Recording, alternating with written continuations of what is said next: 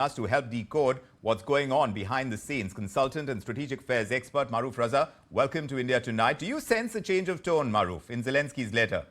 Is it a tactical move to get Trump back to the table? Because despite being shown that door at the White House, Zelensky publicly appears to be ready to sign that minerals deal on any terms, like he says. Is this an act of desperation, or do you think there is a strategy at play? I think this is an act of desperation on the part of President Zelensky. The Ukrainians have been receiving something close to $350 billion worth of aid from the US. And if this suddenly stops, then a lot of things will stop on the Ukrainian front, whether it's arming of their troops, whether it is the logistic supplies, or whether it is Ukraine's ability to stand up to the Russians in the geostrategic sphere. Yes. Quite clearly, the Americans under President Biden had gone the whole hog because Biden's entire geostrategic philosophy is completely at odds with President Trump. His whole thinking was based on America can buy its way out of global problems and save the world. But quite clearly, it's a complete turnaround, Maroof. The Americans It's a complete turnaround as far as U.S. Foreign policy is concerned, with Trump administration coming in. But in this entire scheme of events, Trump is also claiming that Russia has sent strong signals that it is ready for peace. How credible is that claim to you? In fact, Putin has been quick to downplay the minerals deal between Ukraine and the U.S., even offering American firms a slice of Russian resources. Is he just trying to drive a wedge between Washington and Kyiv? What do you think what's his game plan here? Well, yes, Putin will try every trick in the book to drive a wedge between Russia and the Kyiv administration. But what is more important to understand is the fact that Russia is on the back foot in terms of ammunition and resources and weapon systems to fight endlessly in Kyiv and around Kyiv in Ukraine.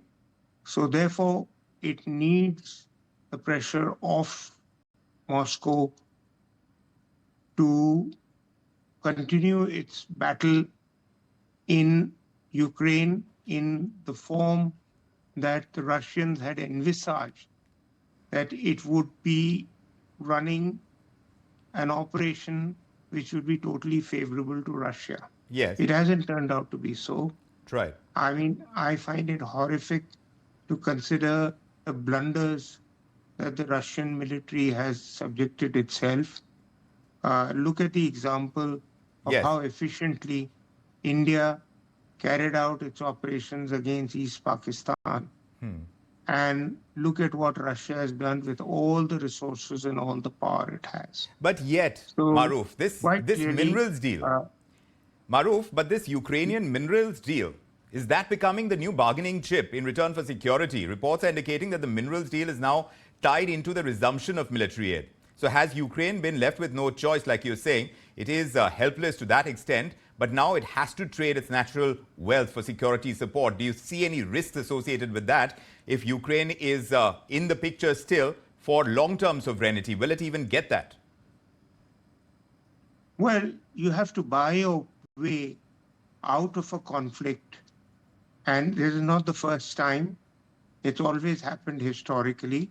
So the minerals deal is going to be Ukraine's ticket to try and get a solution which will be a three-way solution, but will also give Ukraine a face-saving exit from the conflict, as well as Russia a face-saving situation for how to deal with the Ukrainians and the Americans.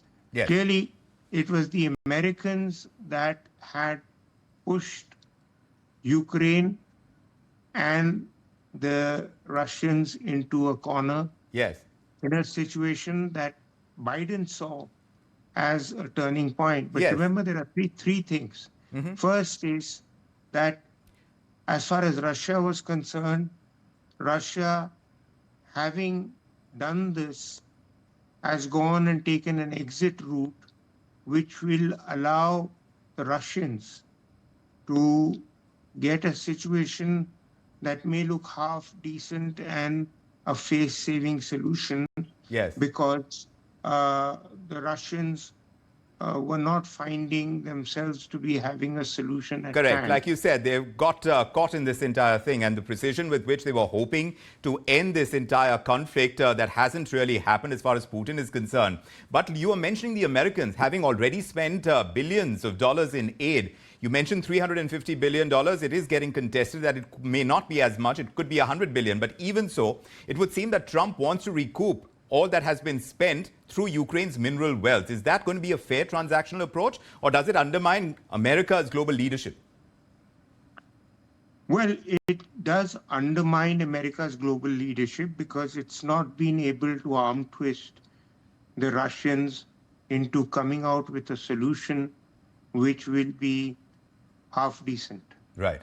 The second thing is that this kind of a peace overture that is being agreed upon is basically about getting the Russians to pull out of the situation without any further humiliation. Yes. Remember, Russia is a big power. Yes. And big powers don't fight conflicts endlessly without a solution. Right. They have to appear to be winning. Right. And Russia hasn't been appeared to be winning. Right. And third and most importantly is the fact that Russia has taken over territory, Yes. but not enough to serve Russia's agenda. Right. So if that territory has to give Russia Yes. some kind of a face saver, yes. then so you think that this would be, the mineral situation is a face saver. Is a face saver, like you're saying. But Maroof,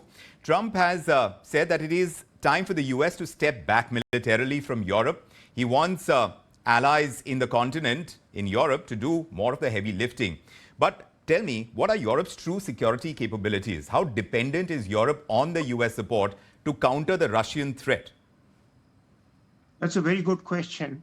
But the fact is that Russia is, equally matched in Europe against the Europeans, minus the American involvement. Right.